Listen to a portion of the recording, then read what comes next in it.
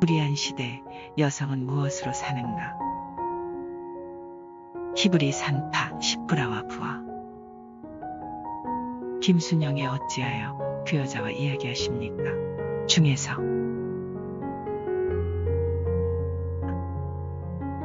구약성서 이야기에는 불의하고 부당한 힘에 굴하지 않고 당당하게 살아갔던 여성들이 등장한다. 고대의 여성들은 자기 삶에서 주도적인 혹은 주체적인 결정권을 갖지 못했고 남성의 그림자로 존재하며 주체적 삶을 보장받지 못했다.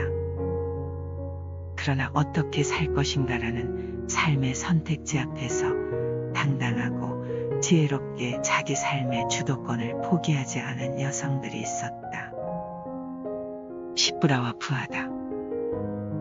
이 여성들은 호갑의 상징인 이집트 왕의 명령에 불복종을 선택한 히브리 산파였다. 때는 오래전 기근을 해결하기 위해 야곱과 함께 이집트에 내려갔던 후손들 66명을 포함해 모두 70명이 이집트에 거주한 후로 폭발적인 인구 성장이 있었던 상황이다. 시내산에서의 인구조사만 보더라도 전쟁에 나갈 만한 20세 이상의 남자만 60만 명이 넘을 정도였다. 그러니까 하나님이 족장들에게 언약하셨던 말씀이 성취된 시점이었다. 이스라엘 자손이 생육하고 불어나 번성하고 매우 강했고 온 땅은 이스라엘 자손들로 가득했다. 그러나 하나님의 언약이 성취되는 시점, 새로운 문제 상황이 발생한다. 노예로 팔렸지만 이집트의 권력 2인자의 삶을 살았던 요셉이 죽고 요셉을 알지 못하는 이집트의 새 왕이 통치하고 있던 때다. 그러나 큰 축복의 상징인 이스라엘 후손의 인구 성장과 강함은 이집트 왕에게 두려움으로 작용했다. 누구에게는 축복이 누구에게는 두려움이 된다. 세상은 이렇게 신비와 역설로 얽혀있다. 그는 전쟁이 일어날까 이스라엘 후예들이 자기들의 대적과 합세하여 이집트 땅을 떠나지 않을까 노심초사했다. 놀랍게도 이집트의 새로운 왕은 이스라엘 자손들이 노예의 땅으로부터 떠나는 출애굽을 예상하고 있지 않은가. 그는 값싼 노동력을 더 이상 제공받지 못할 것을 예측하는 손익계산도 재빨랐다. 때문에 바로는 즉각적으로 대책을 강구한다. 그 첫 번째 대책은 강제 노역을 이용한 학대 정책이다. 국고성 비돔과 라암셋 건축을 위한 노동력과 인력 수급 문제 해결을 위해 이스라엘 자손들을 강제 노역에 동원시켜 학대했다. 억압적인 중노동으로 인구 감소 효과를 노린 것이었지만 이스라엘 자손은 억압의 강도를 높여갈수록 더욱 번성했다. 바로는 이들을 통제하려고 고된 노동을 이용해 호갑의 수위를 높였다. 끝내 폭력에 가까운 노역의 인구 억제책은 하나님의 언약 성취를 파괴하며 맞서는 일이 되었다. 바로는 하나님의 대적자였다. 바로의 학대와 억압, 중노동에도 불구하고 이스라엘의 힘과 번성은 쉽사리 꺾이지 않았다. 바로는 새로운 대책을 강구한다. 그는 히브리 산파 십브라와 부하를 은밀하게 불러 히브리 여인의 해산을 도울 때 남자 아이를 모두 죽이라고 명령한다. 비밀리에 특별한 왕명을 내린 셈이다.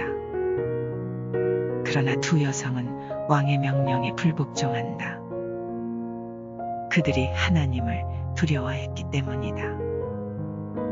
이 여성들의 불복종의 근거는 시류를 꿰뚫는 촉이 밝아서도 아니고 오직 하나님에 대한 두려움이었다.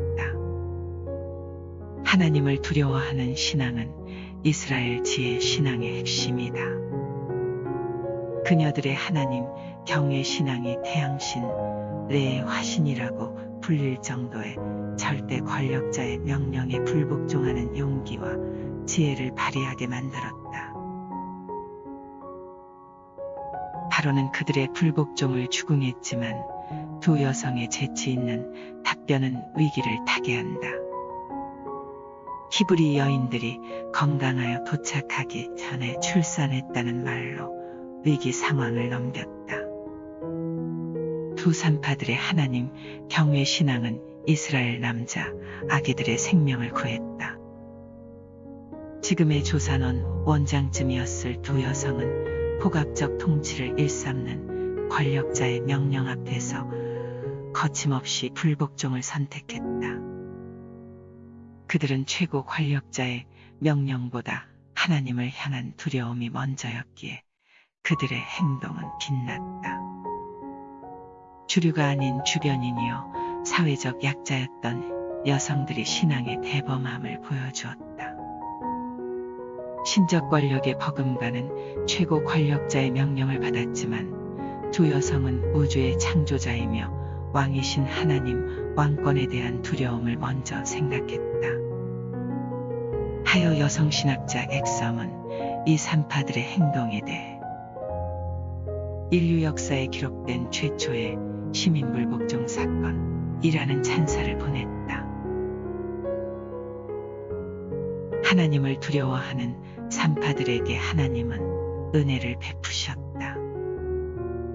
하나님은 그들에게 가정을 주셨고 끔찍한 영아 학살의 음모에도 불구하고 이스라엘 후손은 번성하고 매우 강해졌다.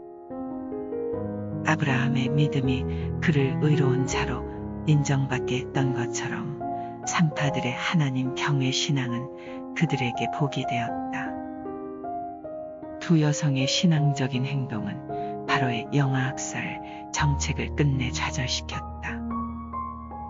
시민의 권리도 누리지 못하고 주변부의 삶을 살았던 여성들이지만 하나님을 두려워하는 신앙은 악한 권력을 향한 불복종으로 이어져 어린 생명과 민족을 살렸다.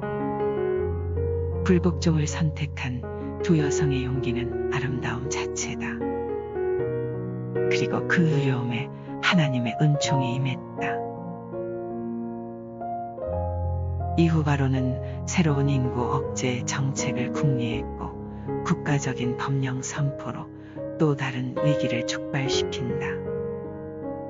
그러나 하나님은 극도의 위기 상황에서도 약속의 성취를 위해 또 다른 임무를 준비시키실 것이다.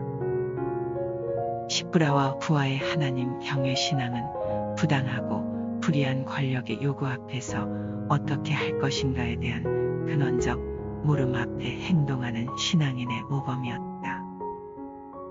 이들의 신앙이 다시 타오르려면 지금 여기 그 걸었던 길을 반복하고 고민해야 하지 않을까.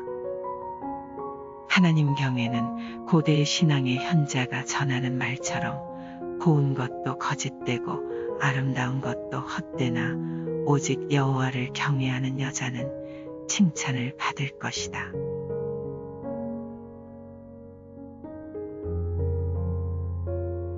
김순영 어찌하여 그 여자와 이야기하십니까? 꽃자리 2017 중에서